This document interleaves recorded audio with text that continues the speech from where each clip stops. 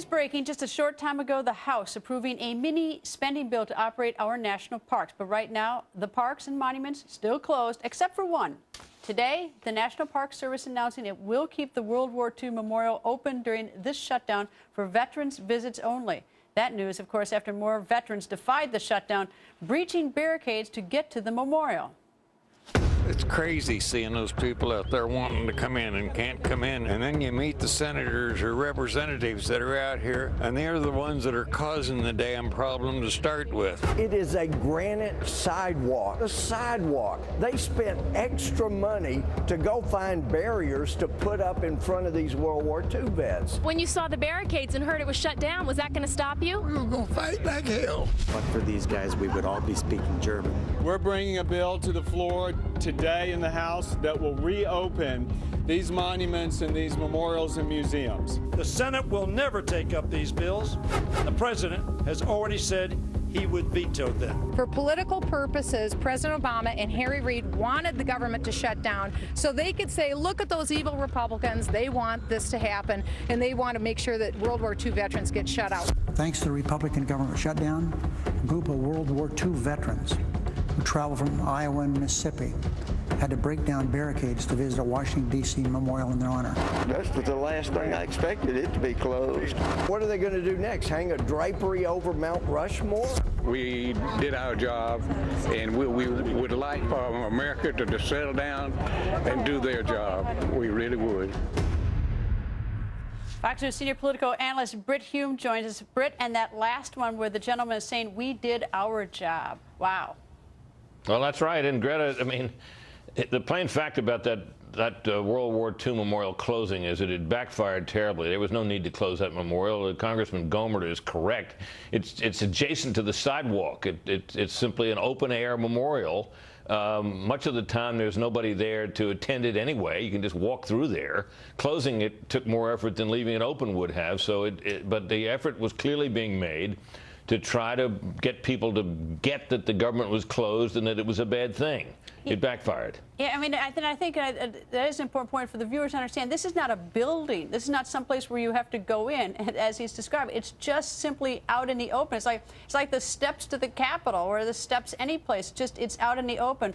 What in the world? And if anyone has been to Normandy and seen what these vets did, I mean, it's stunning that this happened. Well, Greta, it was a mistake. You'll remember when the sequester began, and clearly the administration wanted people to believe that the sequester was going to be a real blow to the country and that everyone was going to feel it. Remember, they shut down the White House tours, and that came across as terribly petty and unnecessary, and which I think it clearly was, and people reacted that way, and they eventually kind of, to some extent, backed off that. This looks like that, and I think it will be received badly. Look, I think the Democrats and the president may have the stronger hand here, and the Republicans may get the lion's share of the blame. But that doesn't mean that the president and his group are not overplaying their hand, and to some extent I think they are. If you think about it, you know, there's said to be no real negotiation going on, and there really isn't in the usual sense of that word. But look at all these measures that the House has been sending over to the Senate. And I'm talking about the mini funding bills. I'm talking about the different positions related to Obamacare. Each one of them marked, to some extent, a retreat from the House's previous position.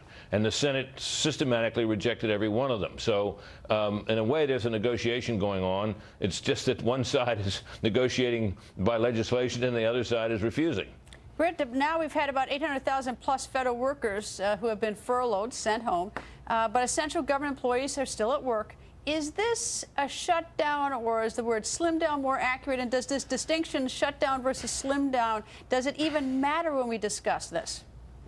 Well, it does. I mean, look, there's a great many people who are not at work, and there are government functions that are not being carried out. There are applications for all kinds of programs and so forth that are not being processed.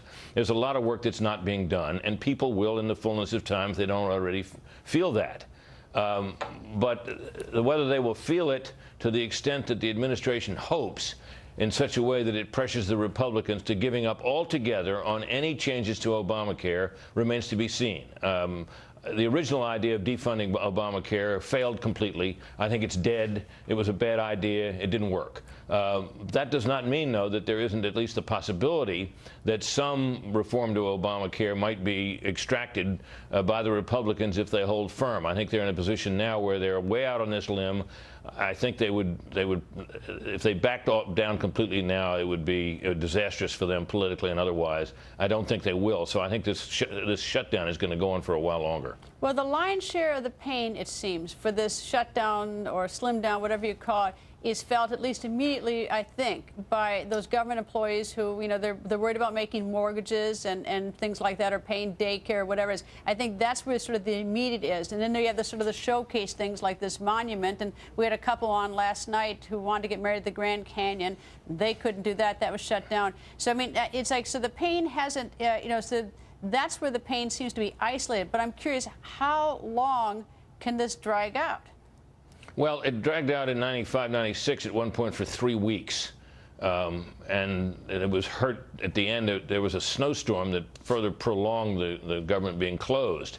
And it was, you know, it was quite noticeable. Now, remember, Greta, we have this thing that I think the administration is even more worried about, which is the debt limit coming up. The White House is saying things about that I've never heard, that just amazed me. I mean, the president said today in an interview with CNBC that this time the market should be worried and that there might be a default. Now, the fact of the matter is, Greta, that if they were, in the usual meaning of the word default, which means you don't make payments on the national debt, there's really no possibility of that, no realistic possibility of that, unless the Treasury Department, for some reason, chose not to make the payments, because there'd be tax revenue still coming in even if we weren't borrowing money. And then Jay Carney spoke of what he called, and I'm quoting him exactly here, Republicans' demands to tank, I think was the word he used, the world economy, collapse the world economy. That is an amazing allegation. So we're at a place here where, you know, I haven't often, if ever, seen this before in terms of the level of intensity and bitterness between the two parties, and this is where we are. I've been here 44 years. I can't remember anything quite like this. Well, that's the discussion on the markets and the economics. I'm curious what your thoughts are on even a larger picture, going a little farther out, and that's how the world sees this as they sort of watch us have this food fight and unable to handle it. And does that have any impact as we try to broker different deals, try to fix things around the world? Well, it certainly doesn't make us look like a country that's very united. And it doesn't look like it doesn't look like the country that should be leading the world in a host of ways. And this follows, of course, these ignominious events in the eyes of many people that happened with regard to Syria, where the president, you know, walked right up to the line. He was going to take action, then he backed off, and he was going to go to Congress, and then you know, Vladimir Putin intercedes, and the president leaps at the opportunity, and of course you see him, you know, seemingly dying to talk to the new Iranian leader, which perhaps he had an obligation to do, but it creates an image perhaps of weakness and uncertainty and hesitant leadership and governmental failure. It looks terrible in the eyes of the world. Britt, as always, thank you. You bet.